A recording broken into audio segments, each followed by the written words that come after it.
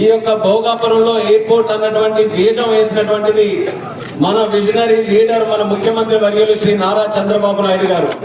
నిజంగానే భోగాపురం ఎయిర్పోర్ట్ నిర్మాణంలో చంద్రబాబు నాయుడు గారి కృషి ఆ స్థాయిలో ఉందా? కొద్దిగా వెనక్కి వెళ్లి పరిశీలించాలి. 2019 ఫిబ్రవరి నెలలో చంద్రబాబు నాయుడు గారు తొలుత భోగాపురం ఎయిర్పోర్ట్ కు శంకుస్థాపన చేశారు. మరో 2 నెలల్లో ఎన్నికలు ఉండగా శంకుస్థాపన చేశారు. ఆ ఎన్నికల్లో చంద్రబాబు నాయుడు గారు ఓడిపోయారు. ఒక మట్టి కూడా, తట్టడి మట్టి కూడా పక్కకు తీసి పెట్టింది లేదు. పైగా ఎయిర్పోర్ట్ అన్నది ఎక్కడ నిర్మించాలి, ఎలా నిర్మించాలి అన్నది కూడా ఆ రోజుకి నిర్ణయం కూడా తీసుకోలేదు. పైగా భూసేకరణ కూడా పూర్తి కాలేదు. ఎలాంటి అనుమతులు కూడా లేవు. వైసీపీ అధికారంలోకి వచ్చిన తర్వాత అసలైన సవాళ్లు ఏంటివి అని బయటకు వచ్చాయి. చంద్రబాబు నాయుడు గారి ప్రభుత్వం సరైన పరిహారం చెల్లిస్తామని హామీ ఇవ్వకపోవడంతో చాలా మంది రైతులు హైకోర్టులో పిటిషన్లు వేశారు, మేము భూములు ఇవ్వమని. జగన్మోహన్ రెడ్డి ప్రభుత్వం వచ్చిన తర్వాత అలాంటి రైతులను అందరినీ ఒప్పించింది. పరిహారం పెంచి ఇచ్చింది. ఇంటి నిర్మాణం కోసం, పునరావాసం కోసం కూడా అమౌంట్ పెంచడమే కాకుండా ఇళ్ల నిర్మాణం కోసం 5-5 సెంట్ల చొప్పున స్థలాన్ని కేటాయించింది. ఇలా అన్ని విధాలుగా రైతుల్ని ఆ భూములు ఇస్తున్న వాళ్ళని ఒప్పించి ఏకంగా 960 కోట్ల రూపాయలు ఖర్చు చేసి 2751 ఎకరాల భూసేకరణను కూడా వైసీపీ హయాంలోనే పూర్తి చేశారు. వైజాగ్ పోర్టుకు, భోగాపురం ఎయిర్పోర్ట్ కు మధ్య లింక్ కలపడం కోసం రహదారి నిర్మాణానికి అనుమతుల్ని కూడా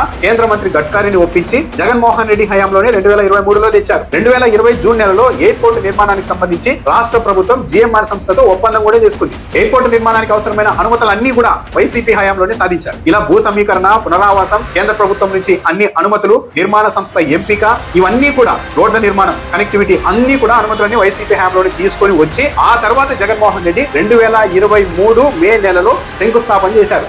అదే కార్యక్రమంలో జగన్మోహన్ రెడ్డి ఆ రోజు చాలా క్లియర్ గా చెప్పారు, 2026లో ఈ ఎయిర్పోర్ట్ నుంచి విమానాల రాకపోకలు మొదలవుతాయని చెప్పారు. కరెక్ట్ గా ఇప్పుడు 2026లోనే మొదలయ్యాయి. అంటే జగన్మోహన్ రెడ్డి ప్లానింగ్, ఆయన చేసిన ఏర్పాట్లు, అనుమతులు అన్ని తేవడం వల్లే ఈ రోజు ఎయిర్పోర్ట్ నిర్మాణం అనేది పూర్తయింది అన్నది చాలా స్పష్టంగానే అర్థమవుతుంది.